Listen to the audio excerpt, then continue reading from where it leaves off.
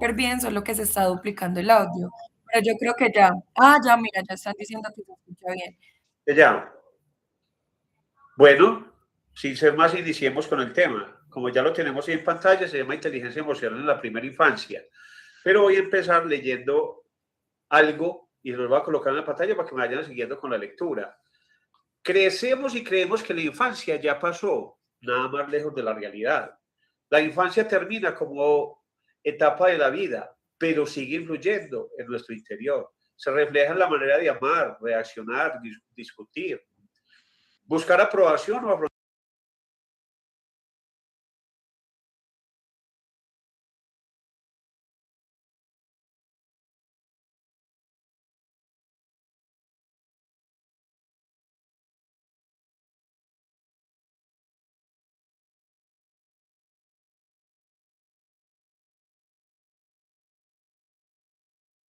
la inteligencia emocional de un niño, el adulto sea consciente de cómo maneja su propia inteligencia emocional. Entonces dice, detrás de muchas dificultades emocionales suele haber una herida. No siempre proviene de grandes traumas, abandono, maltrato. A veces nace de experiencias muy sutiles, como no sentirse validado o creer que había que ser perfecto para recibir afecto. El cerebro infantil aprende a adaptarse a la inseguridad emocional y a esas formas de supervivencia que pueden convertirse en patrones que acompañan a la persona hasta la adultez. El problema es que lo que ayuda a sobrevivir en la infancia no siempre favorece el bienestar de la adultez. Esta es una de las cosas graves que hay que analizar mucho. Cuidado con eso, porque aquí este temita tenemos que tenerlo muy en cuenta. Lo que nos ayudó a sobrevivir en la infancia muchas veces no nos sirve en la adultez. Algunas formas de actuar, pensar o relacionarse que fueron adaptativas en un momento puede convertirse después en obstáculos. Esto ocurre porque el cerebro y el sistema nervioso aprenden de las experiencias tempranas y tienden a repetir patrones que alguna vez ofrecieron seguridad, incluso cuando ya no son necesarios ni saludables. Y ahora, de adulto, no entiendes por qué reaccionas como lo haces.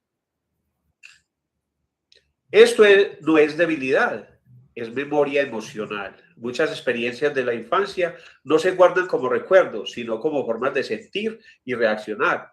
Por eso, una palabra, un silencio o una mirada pueden afectarnos más de lo esperado.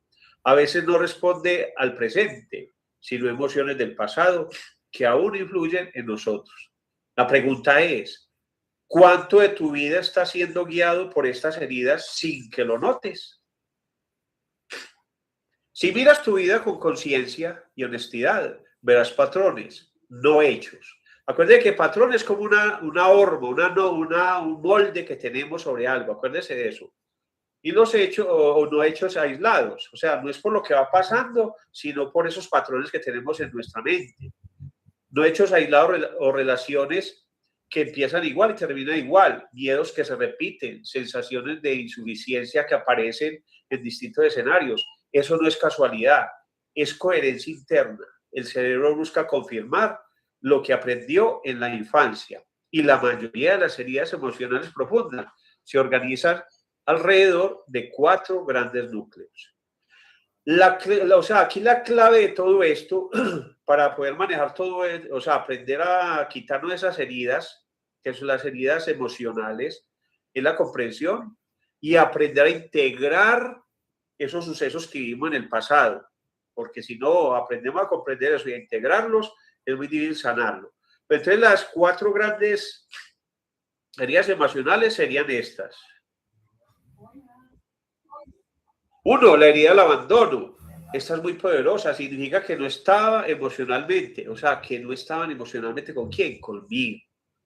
No es que me hayan dejado físicamente. Generalmente pasa que de pronto no me tuvieron en cuenta, a veces un niño que lo dejan con los abuelitos, una niña que lo dejan con otra persona, y permanece más que todo allá, y él ve o ella ve que ni siquiera es porque el papá o la mamá tenga que trabajar, sino que prefieren los amigos o salir de farra o por ahí a distraerse, y él siempre que se queda donde esa persona que lo cuida.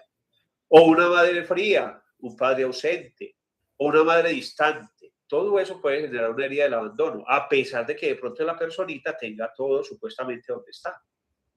Dos, la herida del rechazo. Estas personitas que de pronto vivieron el rechazo o se sintieron rechazados, o sea, piensan que no son suficientes, reciben mucha crítica por todo lo que hacen, no ven sino lo negativo que hacen, reciben comparaciones, exigencias extremas, les hacen bullying. En las casas a veces, desafortunadamente, también se vive el bullying, que a la misma personita le caen por todo. Sentimiento de insuficiencia. Entonces, ese sentimiento de insuficiencia, comparación y todo eso va creando la herida del rechazo. ¿Rechazo de quién? De uno mismo hacia uno mismo. La herida de la humillación es cuando lo avergüenzan a uno, lo exponen, les ponen sus debilidades, lo invalidan emocionalmente, las emociones de uno como que no son importantes porque ni siquiera le enseñan a conocerlas, o como uno no sabe cómo no se las enseñan a ver. No llores, eso es una bobada.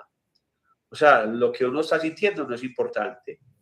No haces nada bien, son las cosas que les terminan diciendo. Esto lo está haciendo muy sintético porque el tema es más larguito. La herida de la injusticia. ¿Genera qué? Una persona dura, que se vuelven duros cuando tienen herida. ¿Por qué? Les dan un afecto condicionado al rendimiento. O sea, si ganas las materias, te amaré mucho. Si no ganas las materias, te despreciaré. Si haces las cosas como yo te digo, te adoraré. Si no las haces, no, te voy a despreciar, no te quiero. Si haces esto bien, te quiero, ¿cierto? Si no lo haces bien, no hay sino regaños, sanciones, y nunca hay como quien le explique correctamente o se tome el tiempito de mirar a ver cómo es que aprende, que de pronto no es que no aprende como todos y entonces hay que enseñarle con más despacio, con diferentes formas. Estas heridas no son etiquetas, son mapas. Acuérdense que es una etiqueta, es algo que le pone algo como un nombre, pero no, lo duro de esto es que son mapas mentales que se quedan allá por un poco de episodios que han sucedido. Entonces, pero la persona no es que esté rota, está adaptado a eso.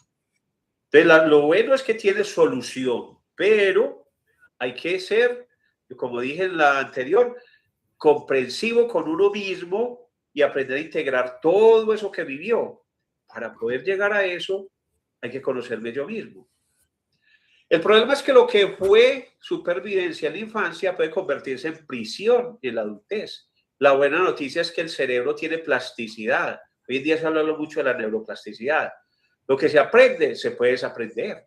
Pero primero necesita reconocer, por eso lo puse en negrilla, primero necesita reconocer qué herida está operando en ti, porque no puedes sanar lo que sigues negando. O sea, prohibido negar todas esas cosas, ser consciente. Hay que entender algo fundamental, como las heridas de tu infancia moldean tu sistema nervioso y tu autoestima y autovalía. Ojo con estos dos, autovalía y autoestima, que son muy diferentes. Y cómo pueden hacer un buen trabajo con tu familia para que creen una buena inteligencia emocional. Hay que dejar de negar. O sea, primero tengo que empezar a mirar qué pasó. O reprimir, no, hay que hablar de las cosas. Tampoco culpar a otros, nada, porque es que usted no se gana nada con culpar, ni obligarte a perdonar. Hay que tener ese perdón, porque también hay que dejar de negar, no culpar sino asumir y perdonar, pero con voluntad propia. Porque como dice aquí, obligarte a perdonar sin comprender. Para salir de ahí, debes repentizarte. O sea, repentizarte es conocerte a ti mismo para mirar todo lo que vivís, cuánto de las acciones suyas sale y cuánto tiene de esa herencia de la infancia, una herida o qué herida tiene. Lo hice más que todo para los adultos, para que se concienticen de que tenemos heridas de la infancia. Si quieren ver, hay un video completo sobre eso, se llama, y es corto, se llama Las heridas de la infancia y que siguen controlando tu vida. Así lo colocan en YouTube, Las heridas de la infancia que siguen controlando tu vida. Es de María Rojas Estape, psiquiatra neuropsicóloga. Seguro que con eso lo encuentran y lo pueden disfrutar. Es un tema muy complejo, pero es un tema que si usted lo escucha con conciencia, ayuda a sanarlo a usted primero, como papá o mamá o cuidador, que es lo que a veces se necesita para poder tener la capacidad de observar a un niño y ayudar a desarrollar esa inteligencia emocional que es tan importante. Hasta ahí, ¿cómo vamos? ¿Qué preguntas hay? ¿Se escuchó bien?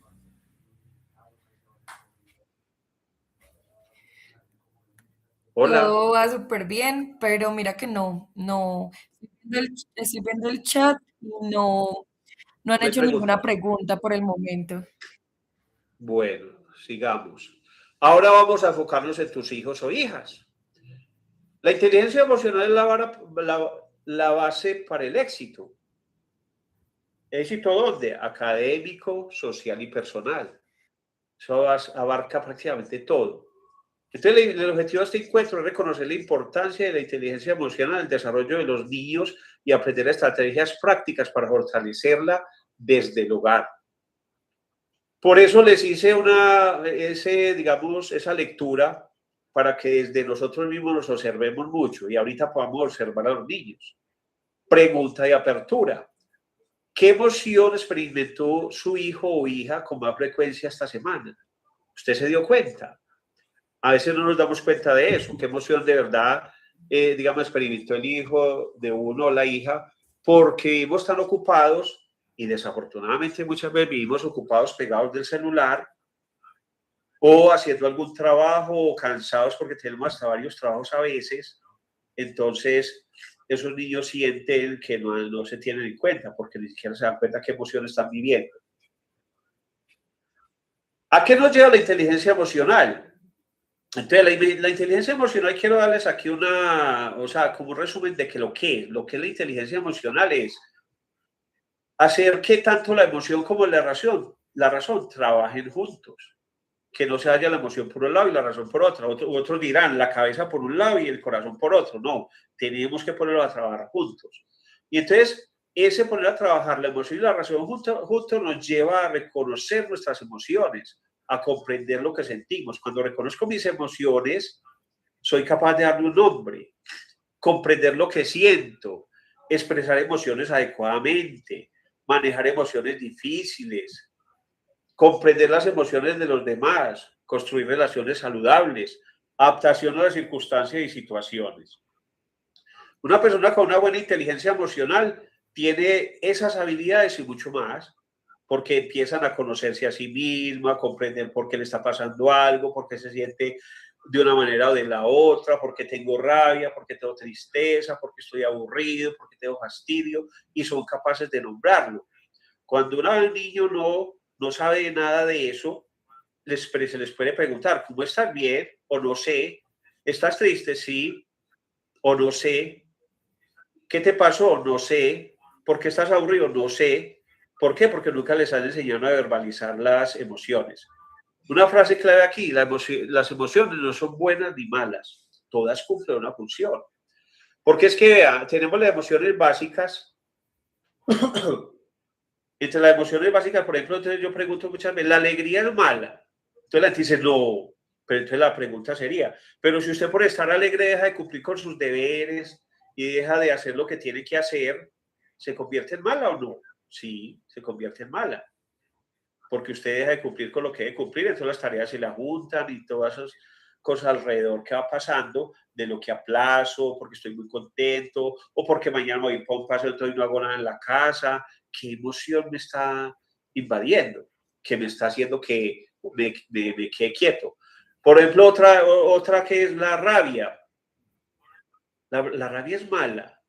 Entonces la mayoría de la gente dice sí. No, pero si la rabia te ayuda a que en un momento determinado usted llegue y se dé su lugar en alguna parte, perdón, que la redundancia, pero que usted se dé su punto en un lugar, al menos logró hablar, la hizo hablar a usted. Desafortunadamente hubo que, digamos, como dicen por ahí, esperar que se le llenara la taza, como dicen, que no sería lo adecuado, sino aprender a manejarla, ¿cierto? O a veces que a uno le da rabia y entonces siempre se dice hay que gestionar las emociones. ¿Cómo se gestionan? No hay que dejar de expresarlas. Hay que expresarlas, pero también hay que mirar en qué lugares las expresamos, ¿cierto? Entonces ahí, como dice aquí, ¿por qué es importante en la infancia la inteligencia emocional?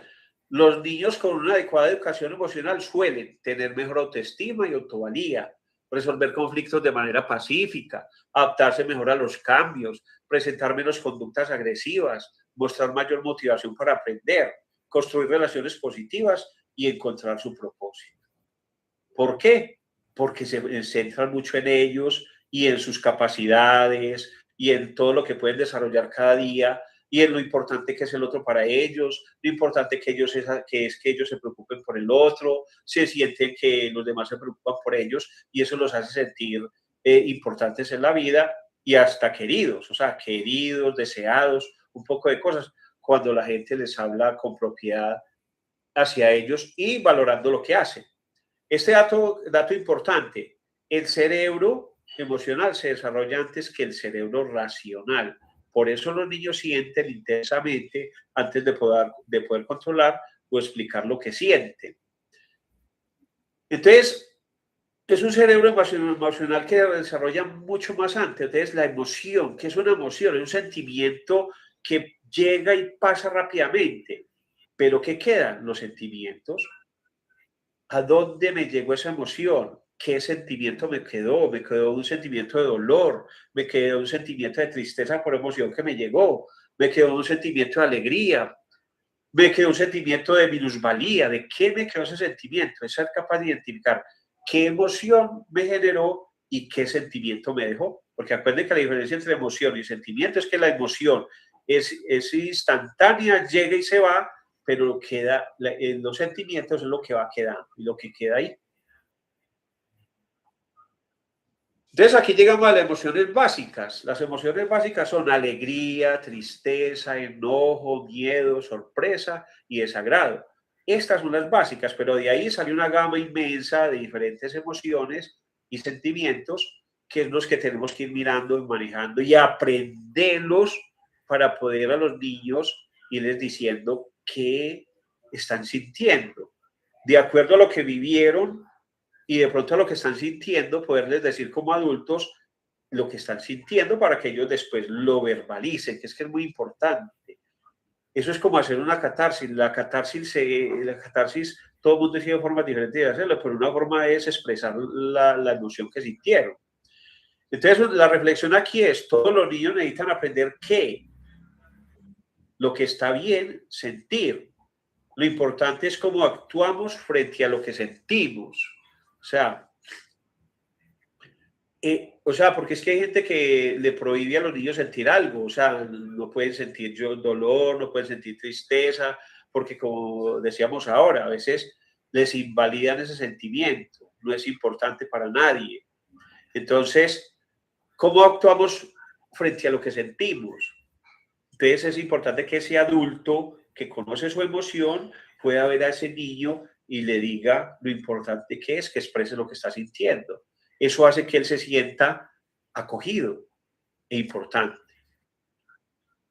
Lo que necesitan escuchar nuestros hijos, en lugar de no llores, puede ser veo que estás triste. Venga, quiero hacer un paréntesis aquí con esto de triste, porque es que desafortunadamente hoy en día parece que la tristeza no existiera. Tú ahora es que cualquier tristeza que le da a alguien ya está deprimido, ya está deprimido. Tenemos que volver a nombrar la tristeza. Antes de una depresión, hay momentos de tristeza muy fuertes y hay tristezas muy profundas que no llegan a ser depresión, porque es que para ser depresión necesita un poco de componentes diferentes. Entonces, a veces solamente está triste. Si usted lo logra comprender, posiblemente lo logre sacar de ahí. No es para tanto. Entonces, en vez de no es para tanto, decirle, entiendo que estás molesto. Y ya empezará desde esa comprensión, o sea, le estás dando validez al otro por lo que está sintiendo. Porque a veces la gente se le arrima a consolar a alguien y cree que quitándole valor a lo que está sintiendo, no van a consolar mucho. A veces esas personas antes se frustran más cuando les dicen, pero es que eso que estás pensando o eso que te está pasando no es mayor cosa, para él sí, o para ella sí. Entonces ahí es donde tenemos que ponernos, como hablan por ahí mucho, en los zapatos del otro. Otro, Los niños grandes no se enojan. Entonces podría decirle, cuéntame qué te pasó, o estoy aquí para ayudarte, pero si me cuentas y miramos a ver con un diálogo entre los dos, ¿qué podemos hacer? O sea, o qué te puedo ayudar, o en qué te puedo apoyar. Entonces, cualquier cosa de esas que el niño logre y que vea que le están preocupados por ellos, digamos, ya les da validez. Entonces se sienten validados y esa emoción ven que es valiosa, pero le estás ayudando a darle un nombre. Entonces, la validación emocional no significa probar una conducta inadecuada, sino reconocer la emoción que la originó. Puede ser un muchacho que tenga, digamos, un antojo repentino, que usted como padre le pregunte por qué está ansioso y entonces dice, ¿por qué sabes que estoy ansioso? Entonces muchas veces le dice, porque pues puede salir, es que tengo ganas de hacerme un tatuaje, tengo ganas de hacerme un piercing. Entonces a veces los papás se enojan porque es que no quieren que ese muchacho se haga el tatuaje, están a contra de todo eso, pero ni siquiera le escuchan la historia. Hay que hacer el tiempo de escuchar la historia, ¿por qué quieres hacerte eso? O en la escuela me pegaron, entonces hay que tener ese oídos. ¿Qué haría usted en esta situación? Si su hija llega llorando porque perdió un juego, o si su hija llega diciendo que una compañera le pegó, ¿cuál sería la primera reacción? Pasa mucho que casi siempre empiezan a qué, como dice por aquí abajo en la última parte, no reflexionamos, no, sino que ahí empezamos a juzgar o a corregir o a echar cantaleta o a decir algo a contra de quienes supuestamente le hicieron algo a la niña o por lo que perdió el juego el niño sin escucharlo bien. Entonces, a veces, por ejemplo, si es un juego, hay que enseñarle muchas cosas alrededor de ese juego. ¿Y qué podrías aprender de ese niño o niña? O de esa respuesta. Usted podría aprender y el niño también. Porque si usted le dio una buena respuesta, pues el niño queda contento. Y el niño quiere volver a jugar. O el niño ya sabe qué hacer cuando de pronto una compañera le pegó. Porque a veces yo les pregunto mucho a los muchachos cuando se me arriman, vea, él me pegó. Digo, venga los dos. ¿Cómo empezó el problema? ¿Por qué usted le pegó a él? Entonces ya el otro dice, él me hizo tal cosa. Entonces ya a veces voy y busco a otros amiguitos y les pregunto, ¿ustedes vieron qué pasó aquí? Y entonces ya vamos solucionando ahí, ¿cierto? Pero entonces a veces los niños cuando uno no les pone atención, terminan volviéndose mentirosos. Entonces le dio por pegarle al otro o cogerle algo, porque pasa mucho cuando los niños en la escuela, por ejemplo, ellos se paran del puesto y van del amiguito a la amiguita porque les llamó algo la atención de ellos y ellos le cogen de un lápiz o algo, un lápiz o cualquier cosa que llevaron curiosa, que a veces ellos lo llevan por motivar eso, pero cuando ya lo van a coger sin permiso, se enojan y le pegan. O algo tan que muchas veces, o sea, que tan común, que a veces no le ponemos atención. Muchos niños no les gusta que los compañeritos vayan a ver lo que están haciendo. Y entonces va y se le arrima, entonces ellos tapan la mano, entonces ellos quieren quitarle la mano, entonces ya ahí se arma la pelea. Entonces ahí es mucho mirar qué está haciendo el niño fuera de su puesto en el otro puesto. Porque muchas veces el que pone la queja es el que estaba en el puesto del otro. Entonces, y porque el otro le pegó porque estaba en su puesto. O a veces el mismo que está en el puesto. Entonces, a veces mirar y cómo corregimos esas acciones desde el acompañamiento de un adulto responsable que le puede hablar, o desde ellos mismos a veces, porque entre ellos mismos hay niños muy inteligentes que dan buenas soluciones. El papel de la familia. ¿Cómo vamos hasta ahí, Laura? ¿Hay alguna pregunta?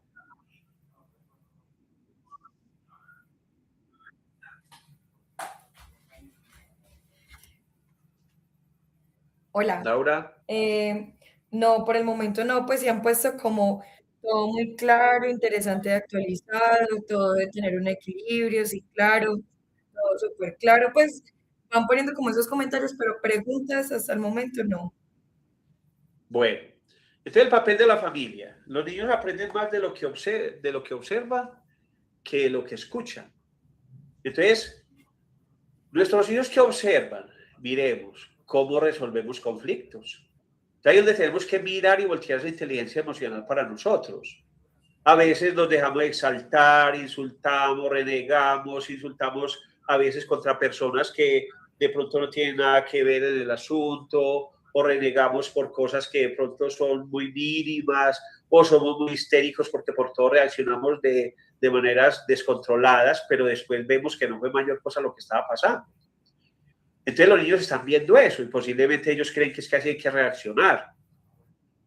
¿Cómo reaccionamos ante el estrés? Llorando, encerrándonos, dejando de ir a trabajar, sacando excusas, por ejemplo, llegando excusas falsas. Esos niños están aprendiendo todo eso que están observando. Cómo reacciona, por ejemplo, cuando el papá y la mamá viven juntos, cómo se tratan entre ellos cuando tienen diferentes momentos. Otra, cómo hablamos de nuestras emociones. Entonces, por eso es que yo hago mucho énfasis. Acuérdese que hay tristezas, no siempre son depresiones. Entonces los niños ya vienen, ay, es que mi amiguito está deprimido.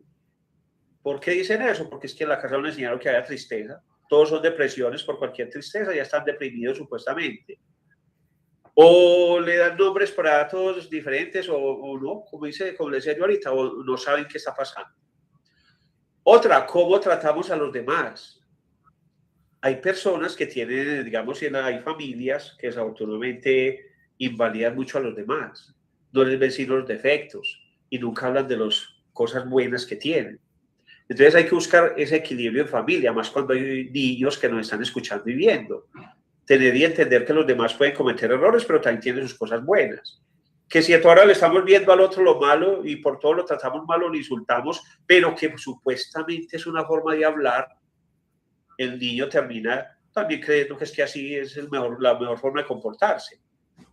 Entonces es mirar a veces cómo estamos manejando nuestro lenguaje para tratar a los demás, cómo estamos validando a los demás, cómo yo mismo me estoy validando, porque a veces hay personas tristes y desafortunadamente que a sí mismos se tratan muy mal delante de los demás. Es que yo, o sea, dicen palabras malucas y se insultan. Eso no es adecuado. Hay que buscar la forma de moderar el lenguaje y saber que uno es el primero que tiene que tratarse bien. Entonces, de eso va aprendiendo ese niño. A sentir que cometemos errores, pero que podemos salir de ese error. ¿Ves? Como dice aquí, mensaje clave. Somos el primer modelo de regulación emocional para el niño. El niño aprende de cómo usted se está regulando. Enseñar a nombrar emociones. Muchos comportamientos difíciles esconden emociones que el niño no sabe expresar. Entonces, cantidad de cosas difíciles, como por ejemplo el asco. Un niño a veces no sabe que todo eso que siente en el cuerpo no sabe nombrarlo. O un fastidio, ¿cierto? Vea, por ejemplo, les cuento aquí una experiencia que veo mucho, por ejemplo, en las barberías. Los niños muchas veces no saben expresar qué es lo que sienten cuando los barberos o cuando sí les ponen esas máquinas en la cabeza, que hay niños que no quieren dejarse motilar y de pronto no saben hablar todavía. Entonces el niño dice no y lloran porque digamos, esa sensación es horrible porque para acabar de los niños todavía no están maduros, apenas están integrando sensorialmente su cuerpo y a veces les ponen esas máquinas y eso no saben si es cosquillas, dolor o quién, entonces ellos se desesperan. Entonces no quieren que los motiven muchas veces por eso. A veces los niños, yo hasta lo recomiendo mucho, que a veces los niños sea preferiblemente que los aprendan a motivar por maquinita mientras van creciendo. Otro, de ayudarnos a ampliar el vocabulario emocional. En vez de decir todo bien o las cosas o mal, solo lo bien o lo mal, tener otras formas de decir, por ejemplo, podemos enseñar a decir estoy, porque qué es o cómo se manifiesta la frustración, cómo se manifiesta la tristeza, cómo se manifiesta cuando estoy nervioso. Pero también esa es otra. Hay personas que están nerviosas y lo confunden con ansiedad. Estoy ansioso. Y posiblemente es que hay que preguntarle, vení, ¿por qué estás ansioso? ¿Qué estás sintiendo? Pero para eso tengo que aprender yo qué es eso, ¿cierto? Porque si de pronto hoy está nervioso es porque de pronto tiene miedo a algo. Te van a hacer un examen o no hiciste una tarea, entonces te la van a revisar. No sé, algo cuando es relacionado con la escuela. O dijiste una mentira y tenés miedo que te la descubran, entonces posiblemente hay nerviosismo. O a veces cuando están orgullosos y felices de lo que hacen, dales, cuando van todos felices a mostrar una buena calificación a la casa y a veces encuentran que se las ignora. O les dicen, pudiste haber sacado más, en vez de darle valorarle esa ahí en ese momento. Entonces, no es que no haya que decirles que hay que esforzarse, sí, lo que pasa es que de pronto valorarles ese momento sin decirle nada de que puede ser mejor. Más adelante y en diferentes momentos le puede decir. Cuando están preocupados, mire que muchas veces puede ser muy similar a estar nervioso, preocupado o ansioso, ¿cierto? O estar decepcionado. Entonces es preguntarle qué evento vivieron, que digamos, o que tuvieron una conversación, o que tuvieron una pelea, o están ansiosos porque alguien les dijo algo que no les gustó, ¿cierto? O tienen un sentimiento de que un amiguito les hizo algo que no les gustaba, entonces el sentimiento es más de decepción, ¿cierto? O una amiguita, porque de pronto se sintieron traicionados.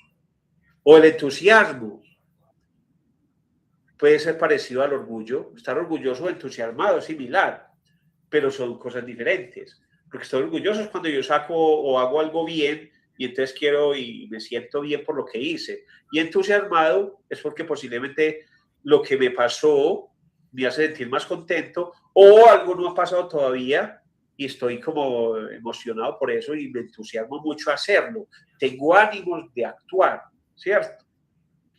O cuando estoy tranquilo, ¿qué te pasa? ¿Que estás tan quieto? ¿Qué te pasa? ¿Por qué no estás haciendo tal cosa y siempre estás haciendo eso? Entonces, no, a veces es validar esos momentos que no es porque tenga nada, sino que, digamos, hay que mirar y nombrar, sentarse con ellos, tomarse el tiempo y hablar sobre eso. Una herramienta práctica, preguntarle diario a los niños, ¿cómo te sientes hoy? Pero que sea sincero, que haya una sinceridad en el diálogo. Yo soy de los que digo mucho a los padres de familia, hay que dejar de darle tantas órdenes a los niños, empecemos a darles preguntas, hacerles preguntas. ¿Por qué te pasó eso? ¿Qué otra cosa hubieras hecho para cambiar el resultado? ¿O cómo hubieras podido reaccionar diferente para que no te pasara lo que te pasó? ¿Qué piensas que vas a hacer de ahora en adelante? Porque si usted ahora vea, de ahora en adelante haga o no haga, o sea, y usted empieza a dar instrucciones, a dar instrucciones, entonces ellos a veces se sienten abrumados por tanta instrucción. Y ellos, sabiendo que hay niños muy inteligentes y con muchas ideas, con ganas de expresarlo de ellos y no los dejan. Entonces los bloquean emocionalmente. Entonces, aquí vamos con las rabietas y desórdenes emocionales. Cuando un niño hace una rabieta, no está manipulando necesariamente. O sea, a veces de pronto sí, pero sea que sí o sea que no, hay que tener una calma, porque no siempre puede controlarse. A veces que están desesperados por algo que le está pasando, o por ejemplo por ejemplo, esos niños que tienen una integración sensorial pobre y hay cosas que les fastidia, a veces hasta una misma comida, o hay veces cuando de pronto, o sea, la idea es que identifiquemos cuándo sí está manipulando, porque de pronto un niño que sale a un supermercado o a la calle y cada que se antoja algo de algo lo pide, y si no, entonces empieza a gritar y a revolcarse, ahí sí. Pero, ¿qué hay que hacer? Por ejemplo, aquí dice, en su cerebro aún está aprendiendo a regular emociones intensas. Ellos a veces no son capaces de controlar el antojo por algo. ¿Qué hay que enseñarles? Vean, un error que cometen muchos los adultos. No hay plata. Y ellos, como ellos saben que usted tiene plata en la billetera o en el bolsillo, entonces ellos buscan la forma de obligarlo a que la saque. Hay que decirles, la plata que tenemos no es para eso. Necesitamos hacer otras cosas y para eso es la plata, porque hay otras necesidades. Darles unas explicaciones más claras. Porque siempre, no hay plata. Y el muchachito viendo plata en el bolsillo. ¿Qué hacer entonces? Mantener la calma. Eso sí, mirar que donde de pronto está revolcando, por ahí donde está haciendo su pataleta, no haya algo en lo que se pueda chuzar o cortar o aporrear. Hablar poco durante esa crisis, preferiblemente, o sea, al inicio le puede decir usted unas palabras como quien dice, no hay plata, no te puedo comprar eso y listo, vas a ver pataleta, me va a quedar aquí, respirar profundo para no dejarse sacar de la tranquilidad suya. Debe esperar que se tranquilice y después, cuando le vaya calmando o cuando le calme la pataleta, hablar con ellos calmadamente. Recordatorio, un adulto calmado ayuda a calmar a un niño alterado. Un adulto que es desesperado, un niño alterado lo ayuda a desesperar más y a veces termina haciendo cosas que ni siquiera es consciente de lo que hace, porque dentro de la misma inteligencia emocional hay hay unas partecitas que digamos que llama la amígdala, que genera a veces secuestros emocionales. Un secuestro emocional es cuando yo me dejo llevar de la emoción en el momento y termino actuando algo que yo no quería hacer, que después termina diciendo la gente, ay, yo no quería hacer eso, ¿por qué lo hice? Porque usted lo sabía hacer y tal vez considera que es mal hecho, pero se dejó perder la conciencia. Estrategias para fortalecer la inteligencia emocional en casa. No hay pregunta, Laura, todavía.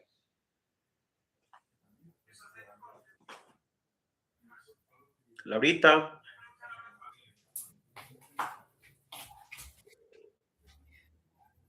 Hola, pues justamente pues un papá hizo este comentario, dice, a veces me parece que es difícil entender qué sienten nuestros hijos o cómo ayudarles a manejar sus emociones cuando no es lo mismo saber reconocerlas y mucho menos manejarlas.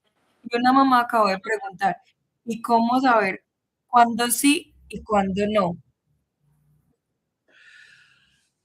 Bueno, para eso de saber cuándo sí está manipulando y cuándo no está manipulando, puede ser, si de pronto es alrededor de eso, como le dije ahorita, por ejemplo, se da mucho que un niño sale con la mamá, la llevan pues al supermercado, lo llevan por ahí por el camino, pues, digamos por el parque o algún lugar cerquita de una tienda, y usted sabe que él está acostumbrado a pedirle siempre un mecato, pero usted ese día no tiene plata para el mecato, ¿cierto? Entonces usted le da, o sea, le dice que no, que en ese momento no tiene plata. Y ellos pueden que hagan como digamos, el berrinche. Y no es tan importante saber si está manipulando o no está manipulando. Lo importante es que usted tenga la paciencia de esperar lo que pase el berrinche y sostenerse en lo que le dijo sin necesidad de caer en lo que él quiere que usted haga. Porque eso a medida que, de acuerdo a cada niño, puede cambiar mucho. Entonces, cada papá debe ir aprendiendo a reconocer cuando de pronto sí me está manipulando, cuando no. Bueno, estrategias para fortalecer la inteligencia emocional en casa. Escuchar activamente. Ojo, cuando se dice escuchar activamente es que oigo, veo y estoy ahí. No es que estoy escuchando al niño o a la niña y estoy pegado al celular o estoy hablando con otra persona o viendo televisión. No, lo oigo y miro a ver qué me está diciendo y qué gesto está haciendo. Promover una correcta alimentación. ¿Por qué es importante eso? Esto se ve mucho en los niños que son hiperactivos, por ejemplo, que los dulces les afectan mucho. O desafortunadamente hoy en día los niños son muy demasiado alérgicos a muchas cosas. Cantidad de niños hay que son alérgicos a la lactosa. Y entonces consumen algo con leche y empiezan con dolores de estómago, ¿cierto? Entonces, a veces se confunde. De pronto un día le echaron al chocolate que estaba acostumbrado, digamos, a desayunar con chocolate y le echaron un poquito de leche y el niño empieza con dolor de estómago y se confunde con que es que tiene ansiedad y no quiere ir a estudiar porque a veces por se queda. O están que siempre toman café con leche, algo así, les da dolor de estómago por la mañana. Ah, es que es cuando se va a ir a estudiar. No, fue que antes de ir a estudiar tomó eso y él parece que era alérgico a la lactosa. Es ir mirando todo eso. Por eso es promover la correcta alimentación, es ir observando la reacción que en ellos tienen las diferentes comidas que consumen. Hay alimentos que son, por ejemplo, el tomate maduro. El tomate maduro a muchas personas les genera cosas en la cara. Por ejemplo, los pone ojerosos o los pone cacheticolorados, a pesar de que les sabe bueno. Hay personas que el queso y así, es mirar esa alimentación como es. Promover el tiempo de sueño. No nos olvidemos que la falta de sueño, la falta de los niños y en los adolescentes puede generar síntomas parecidos al autismo y al TDAH. Un niño que no duerme bien puede empezar a desarrollar o hasta a ser opositores desafiantes. Entonces, importantísimo en los niños mantener o sea, dormir bien. Un niño a las 8 de la noche o 9, mi máximo, debiera estar acostado durmiendo y no pegado de una pantalla. Entonces, evitar o regular pantallas, que va muy como de la mano. El niño sabe que para la cama temprano y mentiras que son por allá y se quedan en eso. Y acuerden que esa luz termina, hasta la memoria les termina reduciendo. Compartir tiempo de calidad, que es donde se habla del tiempo emocional, el tiempo del niño ve que lo están viendo a él, el tiempo que están brincando así, o sea, así sea poquito, pero que están brincando y jugando con él. Leer cuentos sobre emociones, jugar y conversar. Esos juegos de mesa son importantísimos. Crear rutinas estables, reconocer esfuerzos más que resultados. Siempre que tanto esfuerzo está haciendo el niño, está muy pendiente de todo eso. ¿Por qué? Yo soy de los que digo que es que la educación para la gran mayoría de los niños y para todo el mundo es dura, es maluca. ¿Por qué? O sea, o es maluca. ¿Por qué? Porque es que es un esfuerzo que hay que hacer si quiero aprender. Entonces muchos niños, que es que al niño no le gusta estudiar. La gran mayoría no les gustaba estudiar, pero apenas, ¿por qué? Porque finalmente no sabían cuál era la finalidad de la educación y enseñarles cuál es la finalidad de la educación. Yo siempre le digo a los niños, vean, la finalidad de la educación es que estás entrenando tu cerebro para que cada día seas más inteligente y aprendas a resolver problemas. Enseñar soluciones en lugar de castigos excesivos. O sea, hay mucho de sanciones, consecuencias y todo eso, pero nunca damos una solución. Si haces las cosas bien, seguro que te vas a ganar, no sé, un reconocimiento, o te vas a ganar un tiempo en celular, o te vas a ganar un tiempo de televisión, o si no lo haces, te lo quito. Pero antes puedes preguntar, ¿a usted le gusta el celular, a usted el televisor? ¿Usted podría estar con los tiempos para usted acceder a todo eso, pero si me cumple con lo que debe cumplir en la casa? Pero que se ha dicho que los nombren, porque a veces ellos mismos ni siquiera se dan cuenta realmente cómo logran evitar sanciones y lo hacen porque están acostumbrados a hacerlo. El poder de las palabras. Las palabras construyen la voz interior de nuestros hijos. Evitar, usted nunca hace nada bien. Aquí es primordial tener en cuenta que es que no debemos etiquetar así como decir, esa es la persona la que es mala. No, o que no es la persona la que no hace nada bien. Hoy no te quedó bien hecho aquello. O sea, no es que nunca. No, hoy no te quedó bien hecho. Usted es muy desobediente. O sea, él ya es desobediente. Entonces mañana le dice, no, pues como yo soy desobediente, pues ¿qué va a poner? O es perezoso. O sea, ya le están diciendo que él es así. No, hoy estás haciendo mucha pereza, hoy ¿por qué me estás desobedeciendo? Usted no es así. O sea, o puedes mejorar, puedes cambiar, mira que es que eso de la desobediencia te está llevando a algo. No es él el desobediente, es una acción que está teniendo que se está generando o se está convirtiendo en desobediencia. O hay cosas que, o sea, son muy feas que uno oye por ahí a veces de niños, que el día es que ese es el demonio, es que eso es horrible.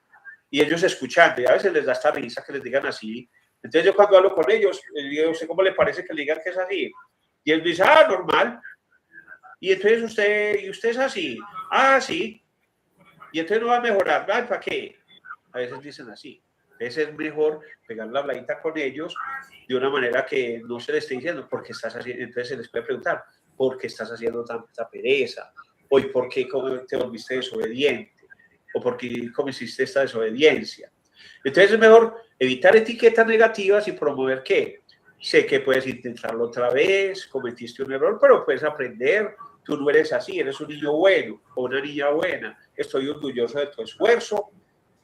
Y a la próxima te ayudo para que aprendas más, para que lo hagas más mejor.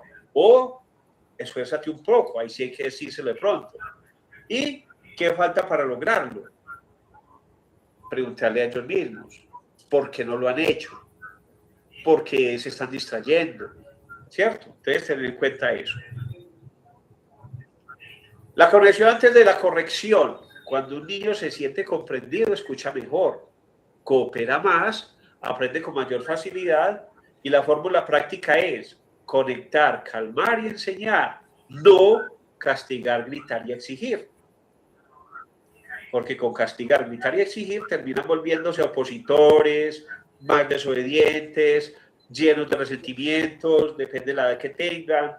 Entonces sí es mejor mirar cómo conecto, cómo logro calmar, pero el primero que me tengo que calmar soy yo. Y enseñar y aprender colocaría yo también, porque es que uno de cada personita, de cada niño, de cada día que crece, los niños todos los días no son iguales porque ellos van creciendo y aprendiendo cosas. ¿Qué voy aprendiendo de ellos? Compromisos para la semana, invitar a cada familia a elegir una acción, escuchar sin interrumpir. Eso es otra cosa que pasa. A los niños a veces no los dejan hablar. Preguntar diariamente cómo se sintió. Otra, validar emociones antes de corregir. Compartir 15 minutos diarios de calidad y expresar afecto con palabras. Entonces, ese afecto con palabras es importantísimo. A ellos les encanta que los halaguen, como les duele mucho que también los traten mal. Entonces, el mensaje final sería: la inteligencia emocional no se enseña únicamente con palabras, se enseña también con la escucha, con el ejemplo, ese es primordial, con la paciencia, con el amor firme y respetuoso y con el diálogo interactivo. Esta frase sería como la frase de cierre: los niños no siempre recordarán lo que les dijimos, pero sí cómo lo hicimos. ¿Por qué? Porque por ahí dicen que el ejemplo no es una forma de enseñar, sino casi como de las únicas y la más potente. Bueno, muchas gracias y a ponerlo en práctica, por favor.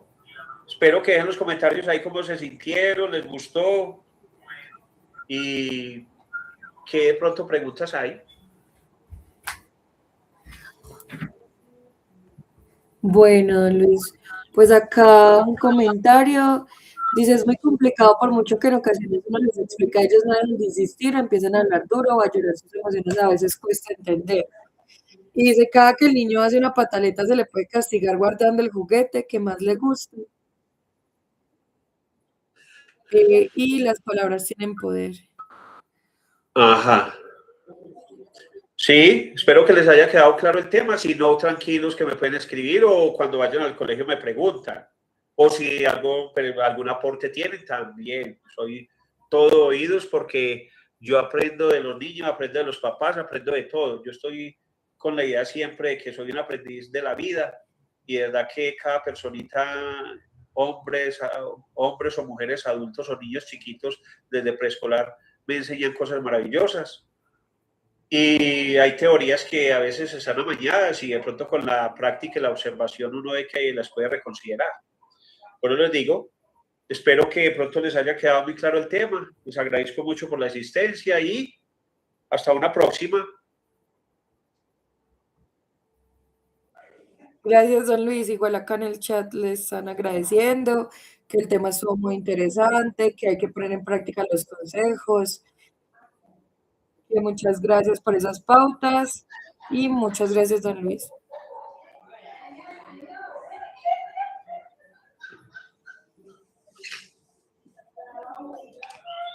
Listo, Laura. ¿Cuántos se conectaron al fin, Laura?